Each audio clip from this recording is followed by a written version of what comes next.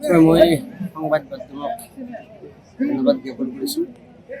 ইদিয়াবাৰী আঞ্চলিক ফুটবল প্ৰতিযোগিতাত আমন্ত্ৰিত কৰি মাতি আনি যি সঁহাৰি জনালে মই অভ্যৰ্থনা সমিতিক তথা সমূহ ৰাইজক অশেষ ধন্যবাদ জ্ঞাপন কৰিছোঁ।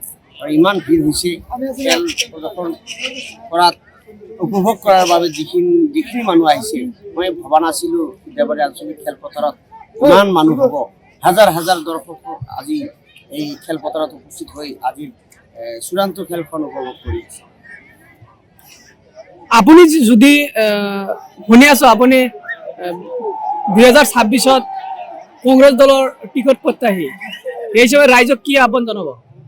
হয়, 2026 চনত মই ভাৰতীয় জাতীয় কংগ্ৰেছ দলৰ টিকেট বিচাৰিছোঁ আৰু ৰাইজক আহ্বান জনাইছোঁ ৰাইজে মোক আদৰি যাতে লয় আৰু ৰাইজৰ কাম কৰিব কাৰণত যাতে সহায় সহযোগিতা কৰে। সমষ্টিবাসীৰ চুকে কোণে মই ঘূৰিলোঁ আৰু মত বিনিময় কৰিলোঁ। যিখিনি মই পালোঁ ভাৰতীয় জাতীয় কংগ্ৰেছ দলৰ হৈ যিখিনি প্ৰচাৰ কৰিলোঁ আৰু টিকেটৰ দাবীদাৰ হিচাপে যিখিনি মই আলোচনা বিলোচনাত মত বিনিময় কৰিলোঁ মই অশেষ সঁহাৰি পাইছোঁ আৰু আশা ৰাখিছোঁ 2026 চনত মোক যদি হাইকমাণ্ডে টিকেটখন দিয়ে মই নিশ্চয় বিপুল ভোটত জয় হ'ম বুলি মোৰ বিশ্বাস আছে।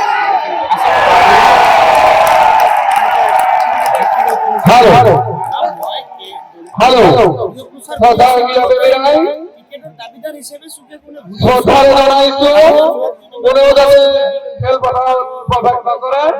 ৰাইজৰ বিপুল সঁহাৰিও পাইছোঁ। এই আৰু চলি আছোঁ। 2026 চনৰ প্ৰস্তুতি আৰম্ভ কৰিছোঁ।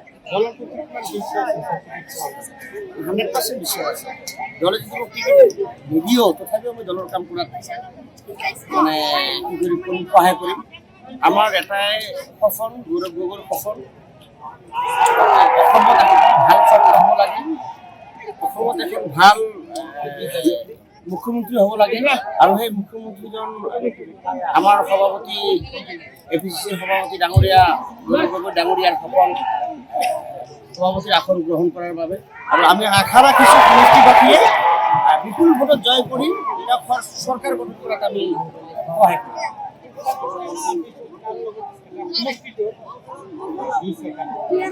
সমষ্টিৰ জনসভা UDFৰ লগতে হ'ব, BJPৰ লগত নহয়।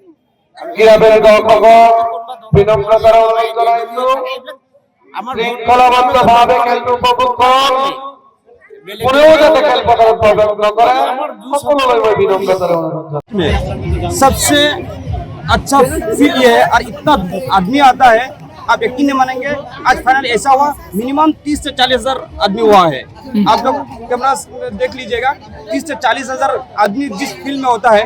हम सरकार से यही निवेदन करते हैं जो आगामी जो भी हो आइंदा जो आएगा कोई भी हमारा विधानसभा या MP या जो भी है हम सरकार से यही निवेदन करते हैं हमारे यहाँ छोटा सा मिनी स्टेडियम दे ताकि हमारे लोग खेल में अच्छे से बैठ के खेल उपभोग कर सके देख सके।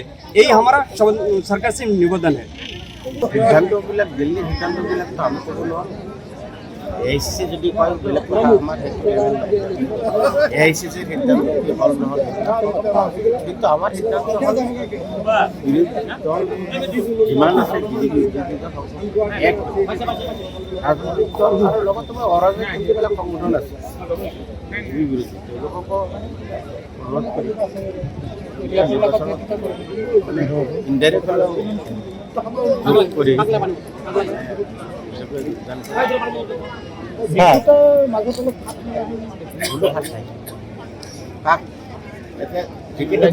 ৰাইজৰ দল অখিল গগৈয়ে স্পষ্ট কৈ আছে। আমাৰ যোৱাকালি তেওঁলোক লখিমপুৰত আমাৰ প্ৰাক্তন সভাপতি ভৱেন বৰাৰ লগত বহি লৈছে বা AICC যিখিনি কথা তেওঁ শুনিছে গোটেইখিনিতো একদম দিছে যে মিডিয়াসকলে কৈছে আপোনালোকে যিমানে আমাক কাজিয়া লগাৰ সৃষ্টি কৰক আমি কাজিয়া নালাগো।